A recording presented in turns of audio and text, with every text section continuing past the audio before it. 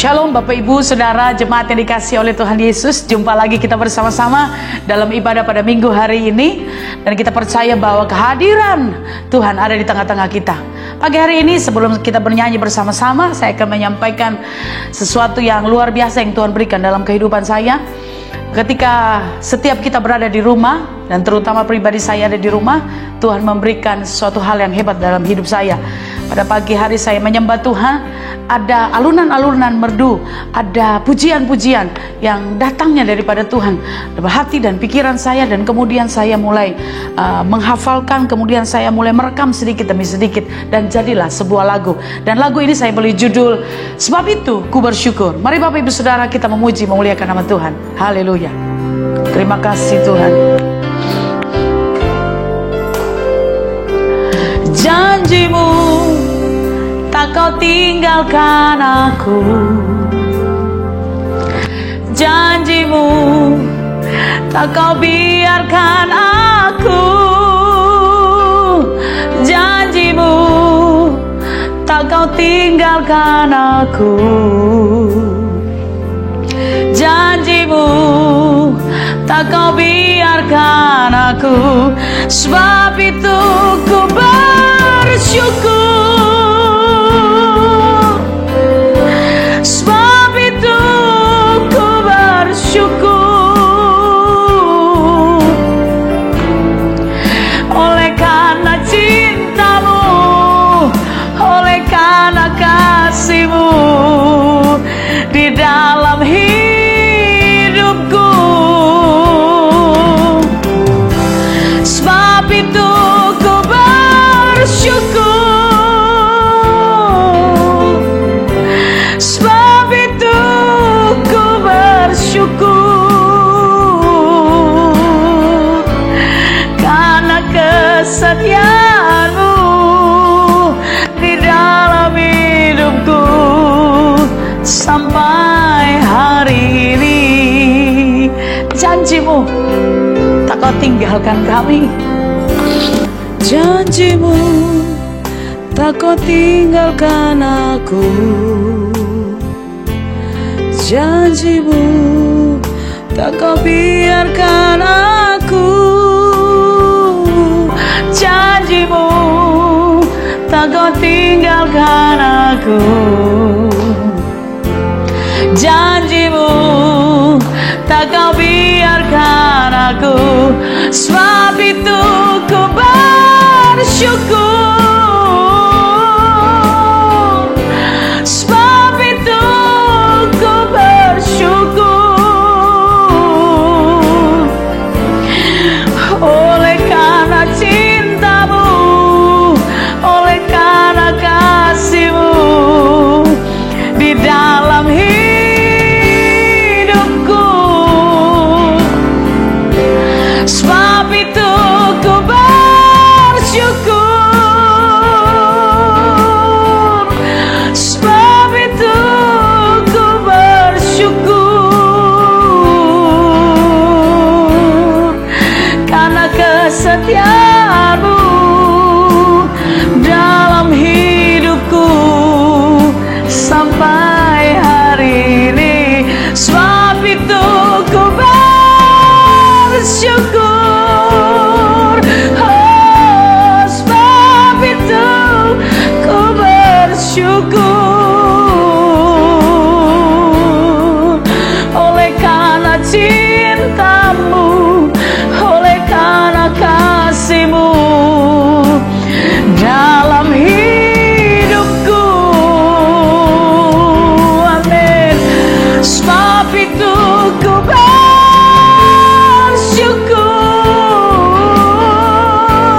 sebab itu ku bersyukur.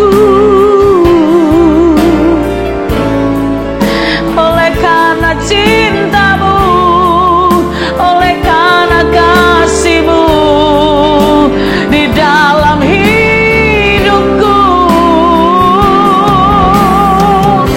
sebab itu ku bersyukur, sebab itu ku bersyukur.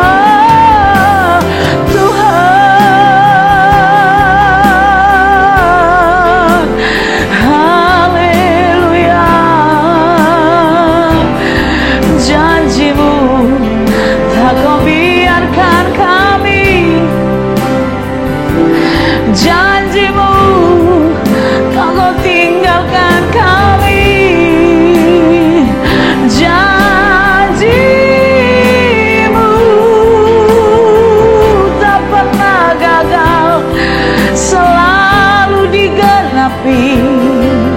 Haleluya. Kami mau berharap, kami mau pegang janji-Mu dalam hidup kami, ya Tuhan. Haleluya.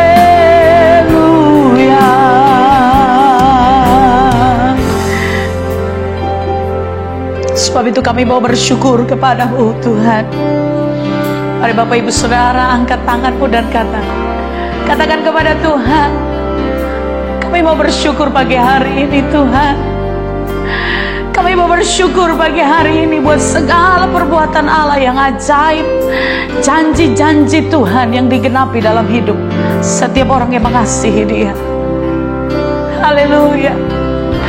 Sebab itu ku bersyukur,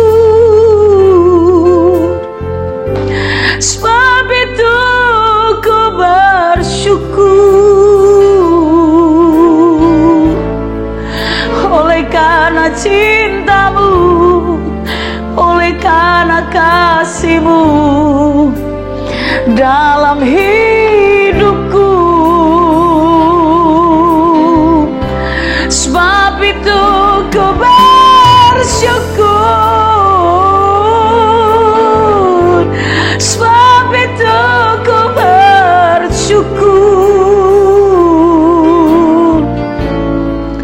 karena kesetiaan-Mu dalam hidupku sampai hari ini. Sebab itu ku bersyukur,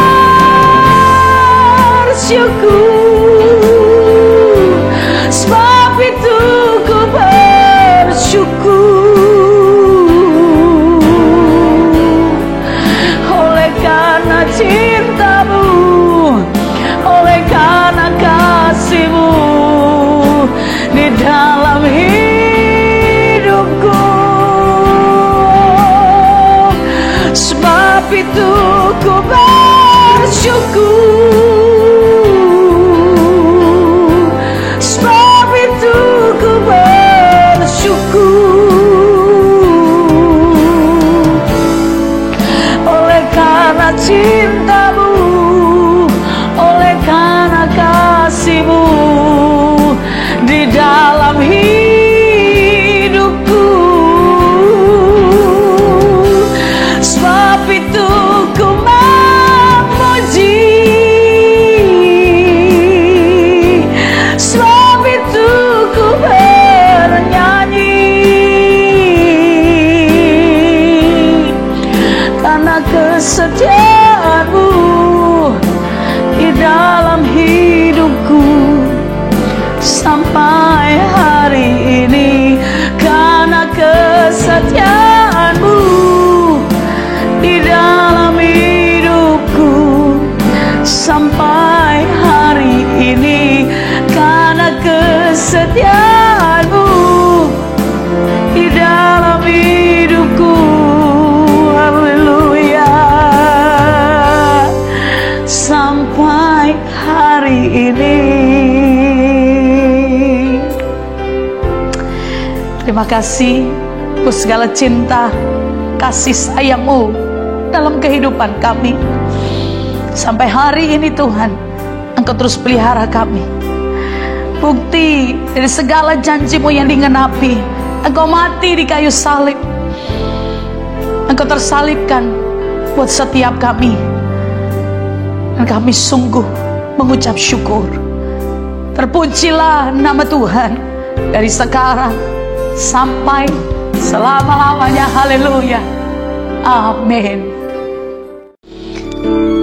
Kita mau datang dalam hadirat Tuhan. Kita mau datang dalam bait Allah. Kita mau memuji, memuliakan nama Tuhan. Bapak Ibu Saudara yang di rumah, mari sama-sama kita bangkit berdiri dengan segala ucapan syukur. Kita mau naikkan pujian bagi Tuhan. Datanglah ke bait-Nya dengan hati bersyukur. Haleluya. Datanglah ke bait-Nya dengan hati bersyukur, ke dalam pelataran-Nya dengan apa? Dengan hati bersuka. Rasakan dan lihatlah betapa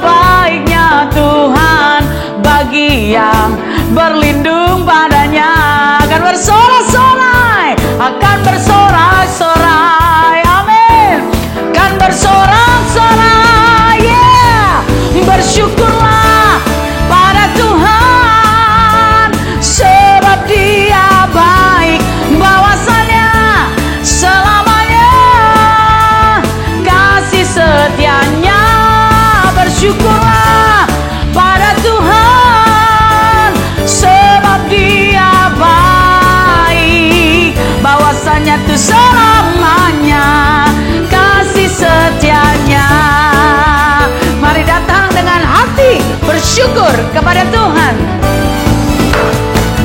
Datanglah ke bait-Nya dengan hati bersyukur, ke dalam pelatarannya dengan hati bersuka, rasakan dan lihatlah betapa baiknya Tuhan bagi yang berlindung padanya.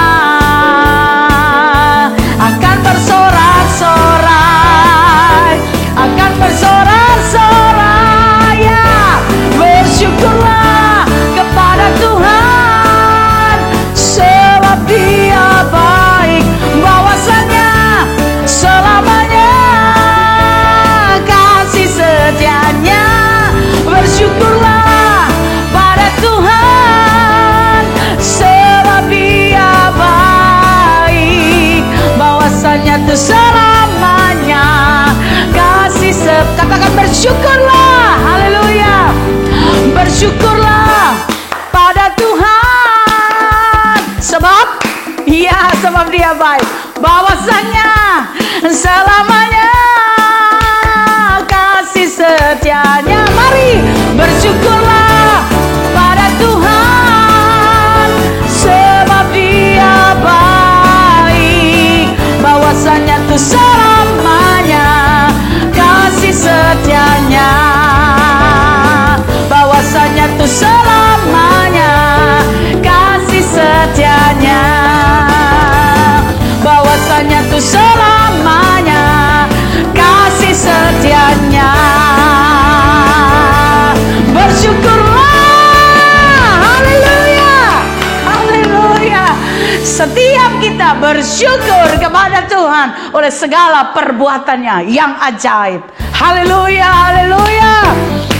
Terima kasih Tuhan Yesus, Engkau penolong kami, Engkau Allah segala-galanya dalam kehidupan kami. Dan biarlah kami mengucap syukur selalu dari segala pujian penyembahan kami kepada Tuhan. Haleluya. Ku tahu Dia penolongku, darahnya hapus dosaku. Ku yakin, ku yakin Dia angkat deritaku, Dia angkat deritaku, sembuhkan sakitku. Ku yakin, ku yakin. Ku angkat panji, oh, Dia telah menang atas maut, Dia penebusku. Dia hiduplah, Dia penebusku. Dia penebus, Dia penebusku. Dia hiduplah, Dia penebusku. Dia hiduplah. Ya, Engkau penolong kami yang sejati Tuhan, dan satu-satunya, tidak ada yang lain. Haleluya. Ku tahu Dia penolongku, darahnya hapus dosaku. Ku yakin, ku yakin. Dia angkat deritaku, Dia angkat deritaku, sembuhkan sakitku. Ku yakin, oh, ku yakin. Ku angkat panji, oh, Dia telah menang atas maut, Dia penebusku.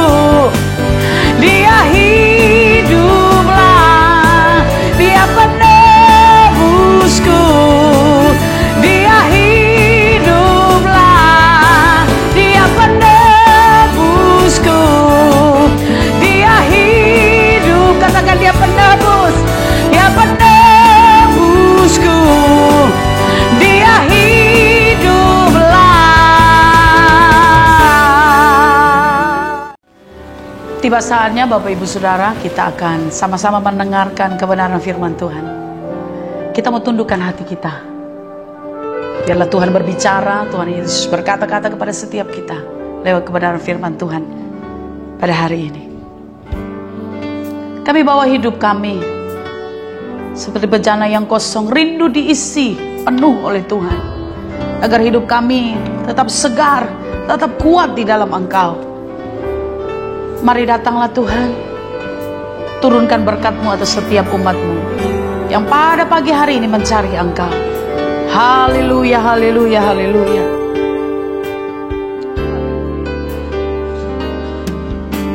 Hidupku bejana kosong-Mu, ku siapkan hanya bagi-Mu.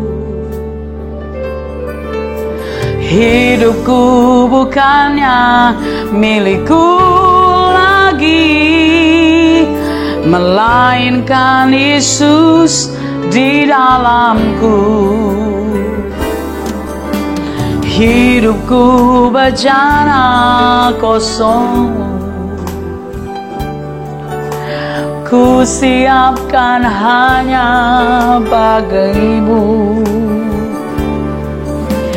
Hidupku bukannya milikku lagi, melainkan Yesus di dalamku. Seperti Kau Yesus mengosongkan diri, taat sampai mati. Inilah hidupku, menjadi bejana bagi-Mu Yesus.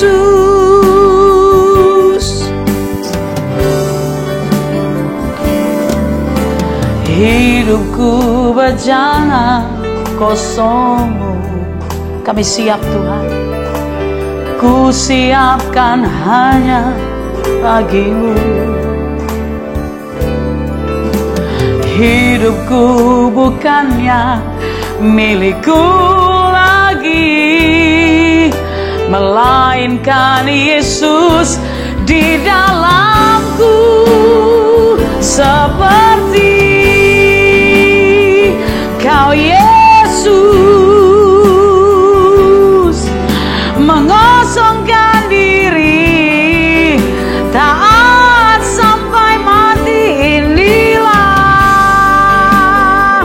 hidupku, menjadi bejana bagi-Mu Yesus. Seperti Kau Yesus mengosongkan diri, taat sampai mati. Inilah hidupku, menjadi bejana bagi-Mu Yesus, menjadi bejana bagi-Mu Yesus, menjadi bejana bagi-Mu Yesus. Kami siap Tuhan, diisi oleh kebenaran firman Tuhan pada pagi hari ini. Kami buka hati kami demi dan di dalam nama Yesus. Haleluya, amin. Shalom Bapak Ibu Saudara sekalian. Saya bersuka cita bisa berjumpa kembali dengan Bapak Ibu Saudara sekalian pada saat pagi hari ini. Biar kebenaran firman Allah menjadi berkat dalam kehidupan kita. Hari ini saya akan mengupas kebenaran firman Tuhan dengan tema standar hidup yang baru. Tentu standar hidup yang baru bagi orang-orang Kristen yang hidup dalam kerajaan Allah. Bapak Ibu Saudara sekalian, setiap kerajaan punya standar masing-masing. Setiap produk saja punya standar. Setiap perusahaan punya standar kinerja masing-masing. Bahkan setiap negara seperti Singapura, Jepang punya standar. Semua berbeda-beda. Di benua Asia dengan benua Eropa, di benua Amerika, berbeda-beda standarnya. Namun standar kehidupan yang baru dalam kerajaan surga adalah standar yang sama. Ukurannya adalah Alkitab.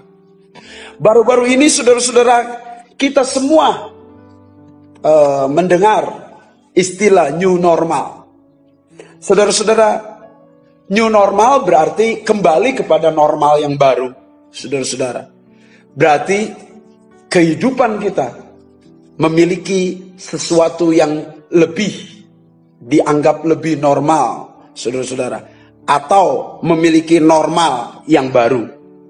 Yang dulu dianggap normal, misalnya ngobrol dekat-dekat, sekarang suruh berjauhan 1 meter. Dulu tidak cuci tangan juga normal-normal saja, saudara-saudara. Tetapi sekarang harus cuci tangan, saudara-saudara. Dulu harus bersalaman, peluk-pelukan. Tetapi standar yang baru sekarang justru berbeda. Untuk orang ingin bersalaman saja tidak boleh. Salamnya salam sehati, jarak jauh, saudara-saudara. Dulu orang yang pakai masker biasanya adalah orang-orang yang sakit atau di rumah sakit. Sekarang semua harus pakai masker, saudara-saudara. Dulu orang mendekati orang ramai, kelompok-kelompok, keramaian. Tetapi sekarang justru menghindari keramaian. Saudara-saudara, new normal ini diadakan, dicanangkan supaya kita melakukan yang lebih baik dari sebelumnya. Supaya lebih baik dari sebelumnya. Supaya tidak tertular oleh berbagai penyakit. Saudara-saudara yang dikasihi oleh Tuhan, di dalam kekristenan juga kita harus memiliki gaya hidup yang baru, standar hidup yang baru, new normal dalam kerajaan Allah. Normalnya orang zaman dulu kalau dibenci balas dengan kebencian. Tetapi standar hidup normal yang baru yang dicanangkan oleh kerajaan Allah, Yesus Kristus, justru kasihilah musuhmu. Dulu orang punya standar kehidupan yang lama, saudara-saudara. Kalau kita dibenci, harus membenci. Gigi ganti gigi, mata ganti mata. Sekarang dalam kehidupan normal yang baru yang Yesus canangkan, justru kita harus menjadi orang Kristen yang tidak melakukan hal seperti itu. Justru harus mengasihi. Saudara-saudara yang dikasihi oleh Tuhan, bagaimana orang Kristen memiliki kehidupan dengan standar yang baru, normal yang baru bagi kerajaan Allah? Saya akan menjelaskan beberapa hal penting dengan cepat. Bagaimana standar kehidupan Kristen dalam standar normal yang baru di dalam Tuhan. Standar yang pertama, saya akan mengupas kebenaran firman Tuhan di dalam Matius pasal 5 ayat yang ke-20. Matius pasal 5 ayat 20 berkata demikian. Maka aku berkata kepadamu, jika hidup keagamaanmu tidak lebih benar daripada hidup keagamaan ahli-ahli Taurat dan orang-orang Farisi, sesungguhnya kamu tidak akan masuk ke dalam kerajaan surga. Ini standar pertama yang disebut standar keagamaan atau standar ibadah. Saudara-saudara, dalam new normal kerajaan Allah, kehidupan keagamaan kita harus lebih berkualitas, yaitu lebih daripada hidup keagamaan ahli-ahli Taurat, orang-orang Farisi, saudara-saudara. Saudara-saudara dikasih oleh Tuhan, orang Farisi, ahli-ahli Taurat, mereka tekun membaca firman Allah, tekun menghafal firman Allah, tekun mempraktekkan firman Allah, tekun. Kita harus lebih dari itu. Secara lahiriah orang Farisi beribadah begitu setia, rutin, betul-betul, sungguh-sungguh. Kita harus lebih daripada itu. Tetapi Tuhan menuntut supaya kita lebih dari ukuran orang Farisi dalam soal ibadah dan keagamaan. Itulah hukum, nilai-nilai kerajaan Allah. Kehidupan baru dari kerajaan Allah harus lebih. Mengapa? Apa salahnya ukuran orang Farisi? Orang Farisi dalam hidup keagamaan mementingkan lahiriah.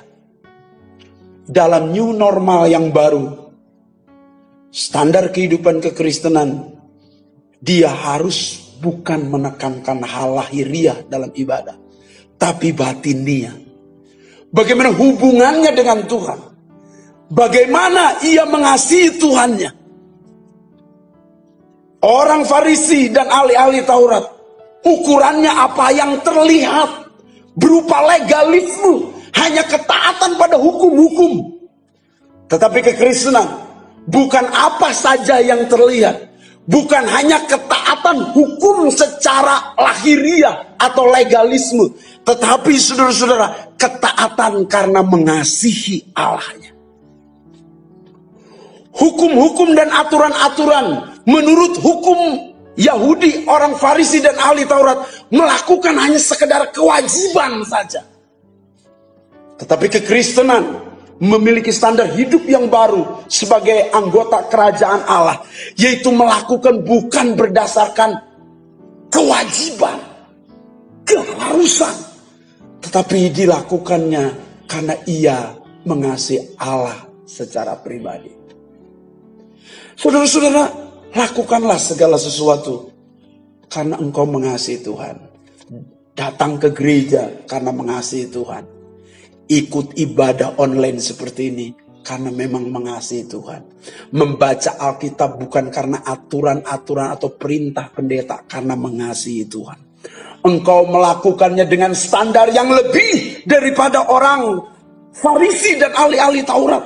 Bukan hanya pintar, saudara-saudara, dalam hal keagamaan, tetapi hidup dalam perbuatan yang benar di hadapan Allah.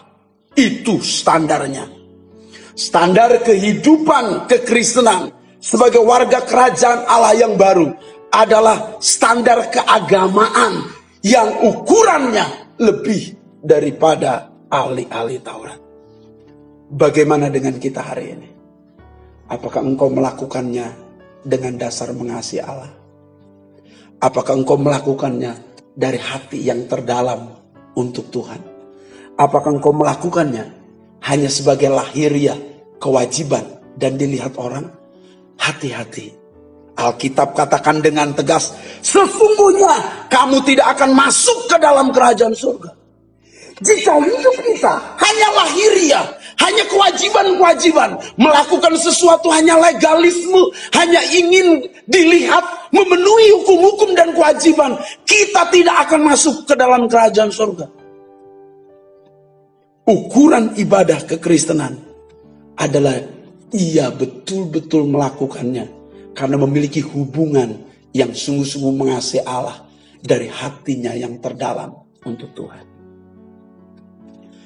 Standar normal yang kedua sebagai kerajaan Allah, saya akan membaca di dalam Matius pasal yang ke-5 ayat 21 sampai dengan ayat yang ke-22. Alkitab berkata demikian, kamu telah mendengar yang difirmankan kepada nenek moyang kita, jangan membunuh. Siapa yang membunuh harus dihukum. Tetapi aku berkata kepadamu, setiap orang yang marah terhadap saudaranya harus dihukum. Lihat standar yang begitu berbeda. Dulu saudara-saudara, standar yang normal orang-orang Yahudi dalam kehidupan. Kalau ada orang yang membunuh saudara-saudara, dia harus dibunuh. Orang yang membunuh harus dibunuh, harus dihukum. Tetapi sekarang dalam standar new normal yang baru, sebagai orang Kristen, saudara-saudara, yang betul-betul ikut standar kerajaan Allah, saudara-saudara, orang yang berkata setiap orang yang marah terhadap saudaranya harus dihukum. Artinya apa? Mengapa standar yang Kristus nyatakan dalam kerajaan Allah yang baru ini berbeda sekali? yaitu orang-orang Kristen. Setiap orang yang marah, bukan setiap orang yang membunuh harus dihukum. Setiap orang yang marah harus dihukum. Mengapa? Karena kemarahan menyebabkan orang meluap-luap dalam emosi. Akhirnya terjadi pembunuhan. Itu sebabnya Tuhan memicu dari awalnya. Yang marah harus dihukum. Bukan yang membunuh yang harus dihukum. Ini normal yang baru. Standar yang baru. Standar apa namanya? Saya menyebutnya standar emosi. Saudara-saudara yang dikasih oleh Tuhan, Alkitab mengatakan kepada kita, saudara-saudara, setiap orang yang marah terhadap saudaranya harus dihukum. Emosi kita harus terkendali. Saudara-saudara yang dikasih oleh Tuhan, ada orang yang bertanya kepada saya, Pak Apin, apakah boleh marah?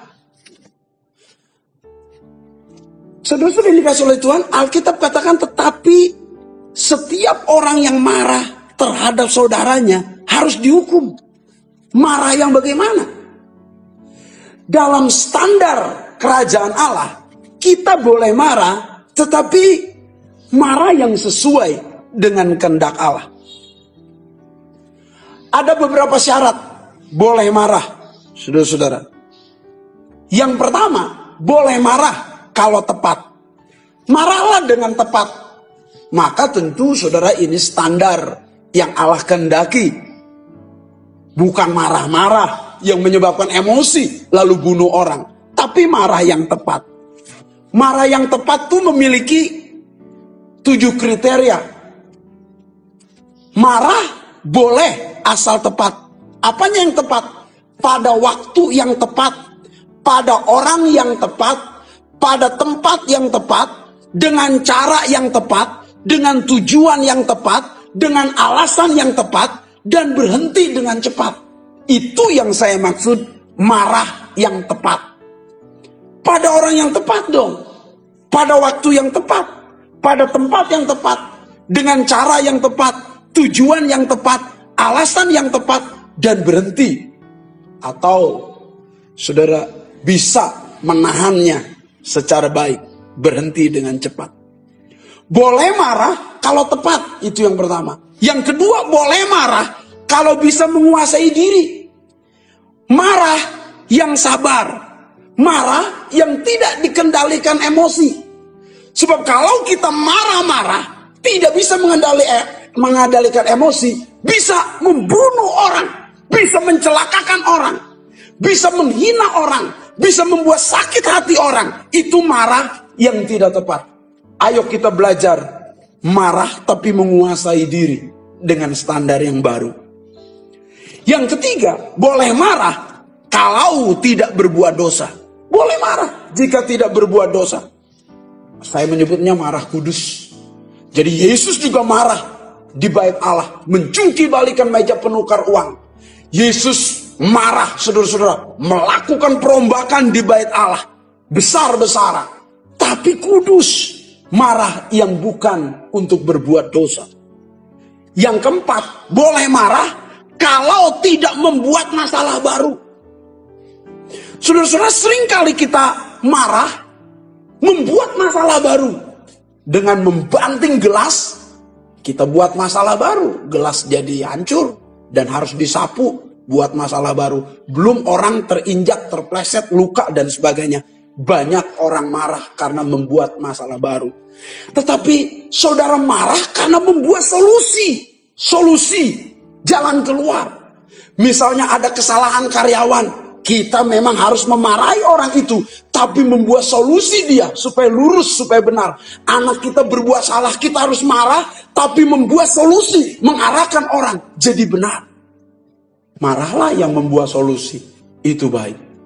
Tetapi yang dimaksud oleh Alkitab di sini, di dalam ayat ini, adalah setiap orang yang marah terhadap saudaranya harus dihukum. Marah yang membawa maut atau marah yang membawa emosi yang tidak terkendali sampai membunuh orang dan sebagainya. Tentu kita harus memiliki standar yang baru. Tahan emosi saudara. dalam situasi dan kondisi saat-saat seperti ini. Saya pernah, saudara-saudara, menjumpai ada seorang kondektur bus mati. Saudara-saudara, ditusuk oleh preman. Kenapa? Karena hanya minta uang 1.000 lalu tidak dikasih. Saudara-saudara, premannya marah, akhirnya membunuh. Itu sebabnya, saudara-saudara, dosa membunuh diawali dengan emosi yang tidak terkendali. Itu sebabnya Tuhan dalam new normal, dalam standar kehidupan yang baru sebagai kerajaan Allah, Dia bunuh awalnya dulu, yaitu kemarahannya dulu, yang harus dikikis supaya kita tidak sampai berbuat dosa yang lebih besar. Itulah sebabnya, saudara, bukan hanya standar keagamaan yang dibaharui oleh Tuhan, bukan hanya standar emosi yang dibaharui oleh Tuhan, tapi yang ketiga adalah standar motivasi. Saya akan membaca di dalam Matius pasal 5 ayat yang ke-23 sampai dengan ayat yang ke-25. Alkitab berkata demikian. Sebab jika engkau mempersembahkan persembahanmu di atas mezbah, dan engkau teringat akan sesuatu yang ada di dalam hati saudaramu terhadap engkau, tinggalkanlah persembahanmu itu di depan mezbah, dan pergilah berdamai dahulu dengan saudaramu, lalu kembali untuk mempersembahkan persembahanmu itu. Segeralah berdamai dengan lawanmu selama engkau bersama-sama dengan dia di tengah jalan, supaya lawanmu itu jangan menyerahkan engkau kepada hakim, dan hakim itu menyerahkan engkau kepada pembantunya, dan engkau dilemparkannya ke dalam penjara. Bapak Ibu Saudara sekalian, standar yang ketiga saya menyebutnya standar motivasi. Ada banyak orang, saudara-saudara, berangkat ke gereja atau beribadah. Dalam kisah ini dikatakan mempersembahkan persembahan di atas mezbah, tetapi teringat akan sesuatu dalam hatinya. Bagaimana ia menyakiti orang atau ia berbuat kesalahan kepada orang lain. Tunda dulu mezbah itu, persembahan itu, lalu berdamai, datang ke saudara, lalu saudara-saudara sudah berdamai, baru mempersembahkan persembahan. Seringkali motivasi kita di dalam ibadah, motivasi kita dalam kehidupan adalah supaya terlihat orang. Kita hanya ibadah, buat mezbah persembahan, korban, hanya sebagai rutinitas, legalitas, hanya karena kewajiban dan hukum-hukum. Tetapi motivasi kita yang terdalam bukan karena cinta Tuhan, mengasihi Tuhan. Ada dosa labrak terus, bukan demikian. Saudara harus membereskan hidup saudara, karena motivasi saudara dalam kehidupan bukan menyenangkan manusia. Motivasi saudara adalah motivasi yang lurus, yang terpancar di dalam hati yang benar, hati yang kudus. Itu sebabnya dalam ayat selanjutnya yang kita baca, saudara-saudara, bahwa jika kita melihat wanita atau perempuan dan mengingininya dalam hati kita, mengingininya dalam hati kita. Jadi motivasi yang terdalam ada di dalam hati kita. Dan hati kita itulah perlu dibereskan supaya kita tidak berdosa. Standar motivasi ini yang terpancar dalam hati kita adalah standar kerajaan Allah untuk pemberesan kehidupan kekristenan. Di mata Allah, apakah hati kita benar? Di mata Allah, apakah hati kita takut akan Tuhan? Di mata Allah, apa hati kita lurus? Di mata Allah, apa hati kita jujur? Motivasi yang terdalam dalam kehidupan kekristenan harus terpancar dari hati yang mengasihi Allah. Saudara-saudara yang dikasihi oleh Tuhan, milikilah hati yang bersih, maka motivasi saudara dalam kehidupan pun menjadi bersih. berdamailah dengan sesama. Jika kita dalam ibadah, jika kita di dalam kehidupan kekristenan, kita ingat kesalahan orang lain, segera ampuni, segera bereskan. Itulah standar kehidupan normal dalam kekristenan yang sebenarnya. Bereskan hidupmu, bereskan hatimu, bereskan motivasimu. Itu yang penting dalam standar yang ketiga. Sekarang standar kehidupan baru yang keempat, saudara-saudara. Saya akan membaca di dalam Matius pasal yang kelima, ayat yang ke-27 sampai dengan ayat yang ke-28. Kamu sudah mendengar firman, jangan berzina. Tetapi aku berkata kepadamu, setiap orang yang memandang perempuan serta mengingininya, sudah berzina dengan dia di dalam hatinya. Saudara-saudara, kehidupan normal yang biasa di Yahudi, orang kalau ketangkap perzinahan, dia harus dihukum. Kalau berzina, artinya apa? Perbuatan atau berbuat zina. Ukuran Taurat zaman dulu, berbuat baru dihukum. Tetapi beda dengan ukuran normal yang baru yang dicanangkan oleh Yesus dalam kerajaan Allah ini. Siapa yang mengingininya dalam hatinya, ia sudah berzina. Artinya bukan perbuatan, tapi keinginan. Ini saya menyebutnya standar perbuatan. Bukan hanya standar keagamaan atau ibadah, bukan standar emosi, bukan hanya standar motivasi, tetapi standar perbuatan. Seringkali orang mengukurnya dengan perbuatan-perbuatan nyata. Perbuatan-perbuatan yang terlihat. Padahal saudara-saudara, di balik perbuatan-perbuatan yang terlihat adalah keinginan-keinginan yang sangat dalam di sana.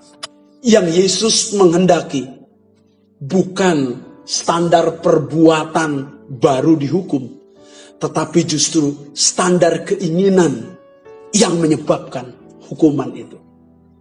Zaman sekarang ternyata saudara-saudara dikasih oleh Tuhan, perbuatan-perbuatan orang yang terlihat belum tentu mencerminkan keinginan-keinginan hatinya yang terdalam. Orang yang beribadah saja belum tentu benar. Orang yang sungguh-sungguh terlihat rohani saja, terlihat agamis saja, belum tentu benar. Karena ternyata Tuhan mengukurnya bukan perbuatan-perbuatan nyata, tapi tetapi keinginan-keinginan yang di dalam hati. Itu ukuran new normal Kristus. Dia melihat keinginan-keinginanmu, yang menyebabkan dari keinginan itu perbuatan. Maka Yesus bereskannya keinginannya dulu, dimurnikan, baru perbuatan akan mengikutinya. Tetapi kebiasaan lama adalah justru saudara-saudara menghancurkan perbuatan-perbuatan perzinahan dihukum supaya keinginan berubah. Salah. New normal yang Kristus ajarkan adalah keinginan dulu yang harus diperbaiki, baru perbuatan akan baik. Saudara ingin perbuatan-perbuatan saudara menyenangkan Tuhan? Saudara ingin perbuatan-perbuatan saudara menjadi perbuatan yang memuliakan Allah? Saudara harus mengubah keinginan saudara menjadi keinginan ilahi, keinginan Kristus, keinginan-keinginan yang benar di dalam Tuhan. Itu yang sangat penting dalam kehidupan kita.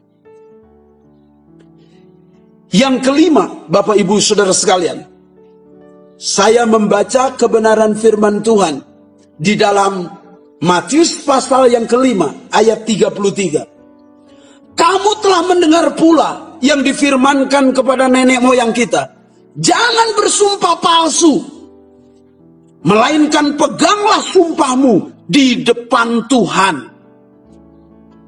Saya meloncat dalam ayat ke-37-nya berkata, jika ya, hendaklah kamu katakan ya. Jika tidak, hendaklah kamu katakan tidak. Apa yang lebih daripada itu berasal dari si jahat. Saudara-saudara yang dikasih oleh Tuhan, kamu sudah mendengar orang berfirman nenek moyangmu, jangan bersumpah palsu. Bersumpah ini perkataan. Itu sebabnya yang kelima saya menyebutnya standar perkataan.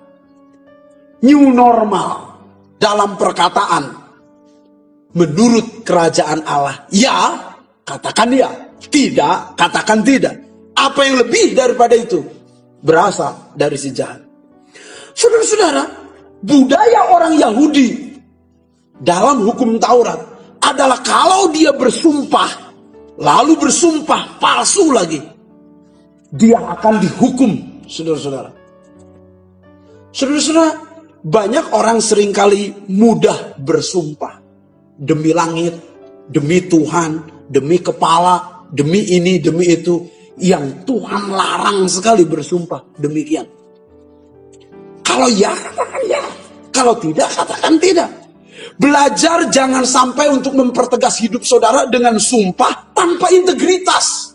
Jadilah orang Kristen yang berintegritas. Apa yang dikatakan ya, ya lakukan itu. Tidak bisa tidak, saudara. Maka ubah sekarang perkataan kita. Ada banyak orang di dunia ini sudah Kristen, tetapi tidak punya integritas. Dia bicara apa? Dia berbuat apa? Dia bersumpah apa? Atau berjanji apa? Tapi dia tidak melakukannya. Tidak punya integritas. Itu sebabnya dalam new normal yang Yesus canangkan, ayo jadi orang Kristen. Ya di atas ya, tidak di atas tidak. Jangan melakukan yang saudara bertentangan dengan perkataanmu. Lakukanlah apa yang kau katakan. Banyak orang saudara-saudara mudah mengumbar janji, tapi tidak menepati. Banyak orang saudara-saudara mudah berkata-kata, tapi tidak hidup dalam perbuatannya. Saya ingat perkataan dari John Maxwell. Dia berkata demikian. Tekanan dan intimidasi tidak akan mengubah apa-apa. Jadi perkataan yang menekan dan mengintimidasi tidak akan mengubah-ubah apa-apa. Tetapi yang mengubah adalah integritas atau teladan hidup. Jadilah orang Kristen yang bukan hanya berkata-kata, tapi berintegritas. Engkau lakukan apa yang kau katakan. Bukan hanya engkau berkata dan berbeda dengan kelakuan saudara. Jadilah orang Kristen yang berkata dan berlaku yang sama, saudara-saudara. Ya di atas ya, tidak di atas tidak.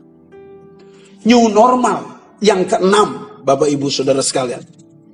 Bagaimana standar kehidupan baru yang keenam, saudara-saudara? Saya akan membaca di dalam Matius pasal yang kelima, ayat yang ke-41. Alkitab berkata demikian. Dan siapa yang memaksa engkau berjalan sejauh 1 mil, berjalanlah bersama dia sejauh 2 mil. Saudara, kalau engkau diperintahkan untuk berjalan 1 mil, berjalanlah 2 mil. Sering disebutnya mil kedua. Belajarlah jadi orang Kristen yang memiliki standar kinerja yang hebat. Standar kinerja yang excellent. Saya menyebutnya standar kinerja yang baru. Jadilah orang Kristen pekerja keras. Jadilah orang Kristen yang sungguh-sungguh. Kalau diminta bajumu, berikan juga jubahmu. Jangan gaya hidup yang lama, saudara-saudara. Kalau diperintahkan berjalan 1 mil, dituntut dia melakukannya. Lakukanlah saja 2 mil.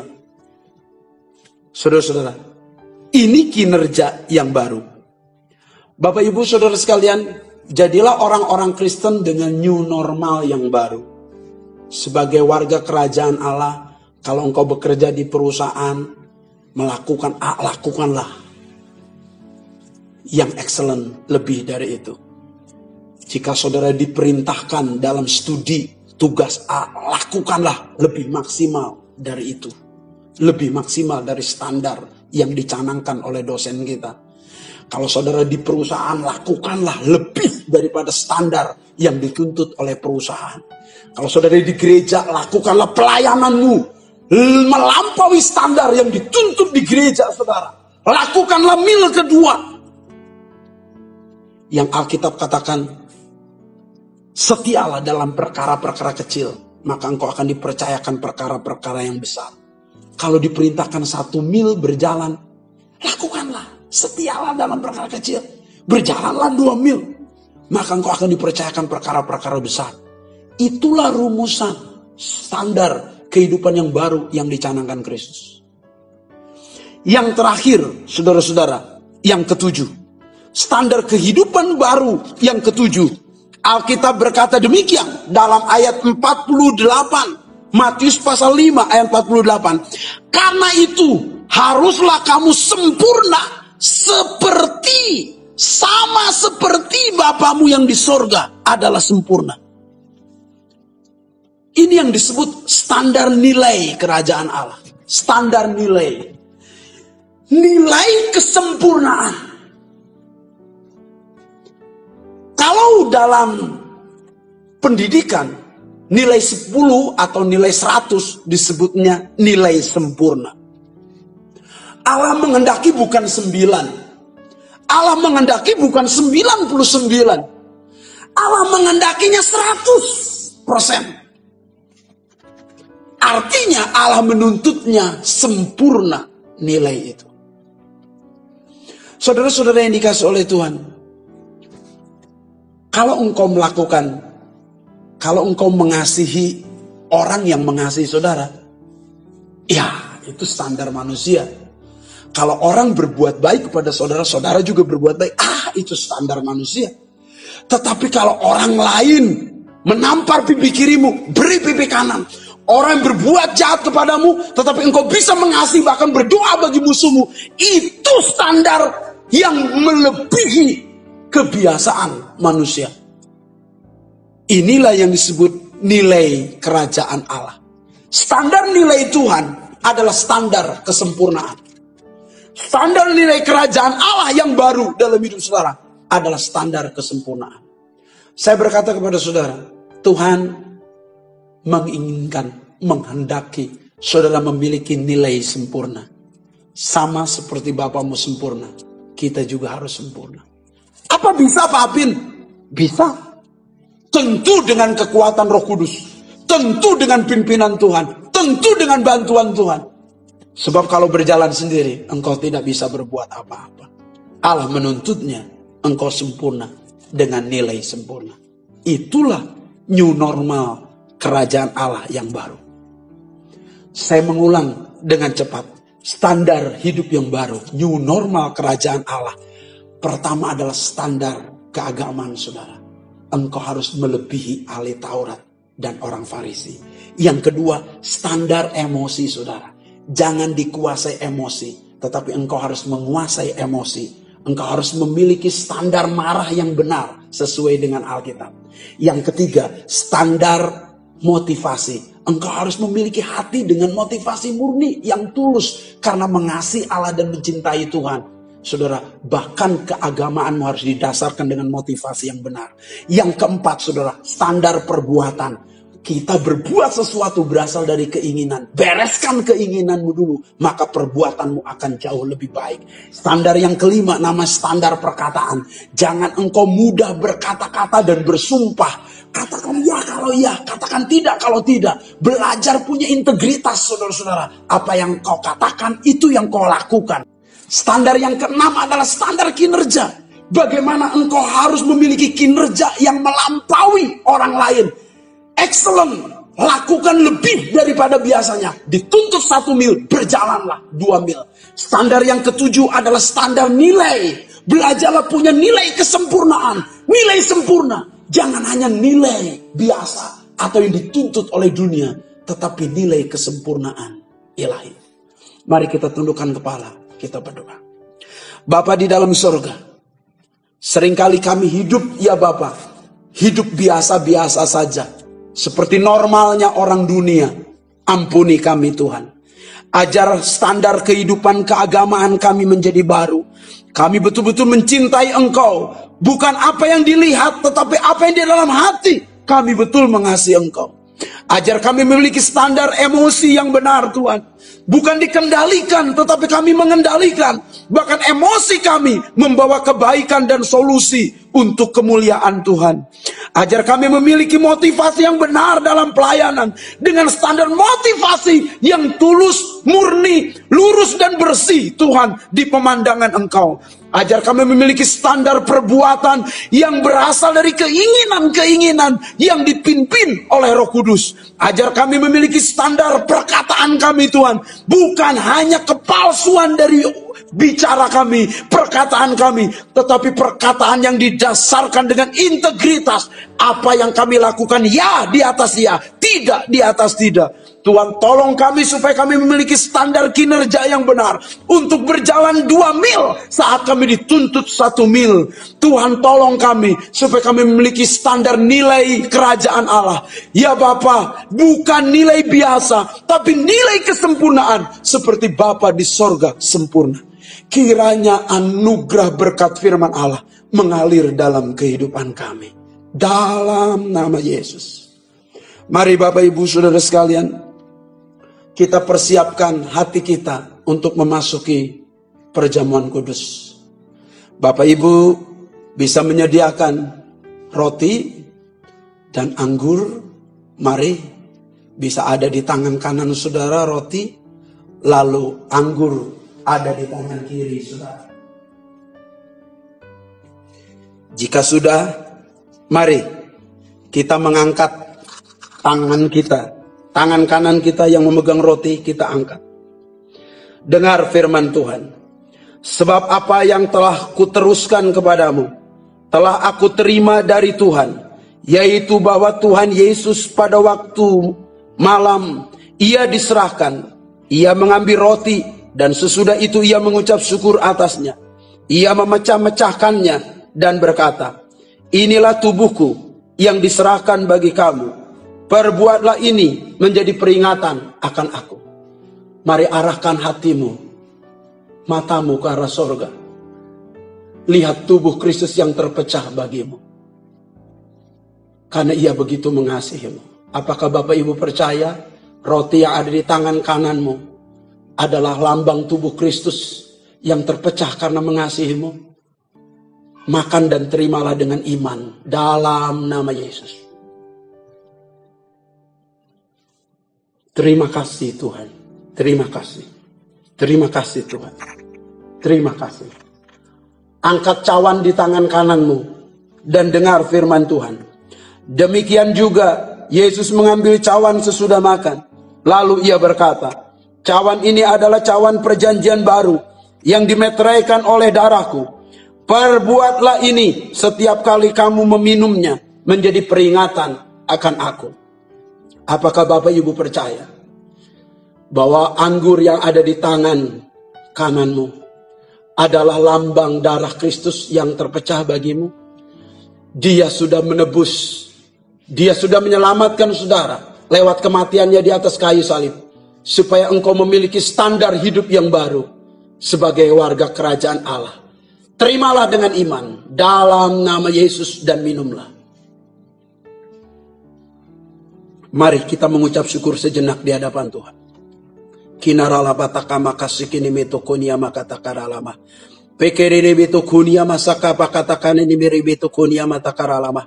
Terima kasih, terima kasih. Terima kasih buat kematian-Mu Tuhan. Terima kasih buat penyaliban dan anugerah-Mu yang besar buat kami ya Bapa. Sehingga kami Tuhan dicanangkan untuk hidup dalam new normal sebagai warga kerajaan Allah. Di dalam nama Yesus. Kami rindu berkat-Mu turun atas kami. Berkati kami, berkati keluarga kami, berkati pekerjaan kami, berkati pelayanan kami, berkati apa yang kami perbuat, apa yang kami pikirkan untuk kemuliaan nama-Mu. Dalam nama Yesus. Mari kita angkat dua-dua tangan kita di hadapan Tuhan. Katakan amin jika engkau mempercayainya. Tuhan memberkati engkau dan melindungi engkau. Tuhan menyinari engkau dengan wajahnya dan memberi engkau kasih karunia. Tuhan menghadapkan wajahnya kepadamu dan memberi engkau damai sejahtera. Terimalah segala berkat dari Allah Bapa, Allah Anak, dan Allah Roh Kudus turun atasmu. Mulai dari sekarang sampai Maranatha, Tuhan Yesus datang kedua kali. Dalam nama Yesus kami berdoa dan mengucap syukur. Haleluya. Amin. Tuhan memberkati.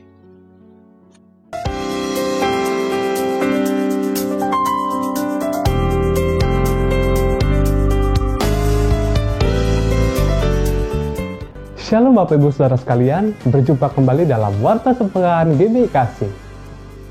Gerakan doa keluarga tetap kita laksanakan setiap hari pada pukul 20 sampai 21 dengan pokok doa bangsa Indonesia, GBI Kasih, dan keluarga kita masing-masing. Kami mengundang seluruh wanitanya Allah untuk bergabung dalam ibadah wanita Betel Indonesia Jemaat Kasih pada tanggal 9 Juni 2020 pukul 3 sore di channel YouTube GBI Kasih. Ibadah Hotspot Teens dan Youth kembali dilaksanakan pada hari Jumat 12 Juni 2020 pukul 5 sore di aplikasi Zoom Meeting yang akan dilayani oleh saudari Rebecca dari Sera. Kita berjumpa kembali minggu depan dalam ibadah raya GBI Kasih yang akan dilaksanakan pada pukul 8 pagi di channel YouTube GBI Kasih. Ingat Bapak Ibu Saudara sekalian, kita bersama-sama beribadah, memuji, memuliakan nama Tuhan. Ibadah Abi Kasih Morotai dilaksanakan kembali pada tanggal 14 Juni 2020 pukul 8 di channel YouTube Abi Kasih Morotai. Ayo adik-adik kita sama-sama yuk beribadah, memuji, memuliakan nama Tuhan. Bagi jemaat Tuhan yang rindu memberikan persembahan untuk pekerjaan Tuhan di GBI Kasih, dapat mentransfernya melalui Bank BCA dengan nomor rekening 73050040006 atas nama GBI Kasih Kas Umum. Demikian Warta Sepekan GBI Kasih. Ingat, tetap jaga kesehatan, tetap di rumah, dan ingat, jaga kebersihan, jangan lupa. Tuhan Yesus memberkati kita semua. Shalom.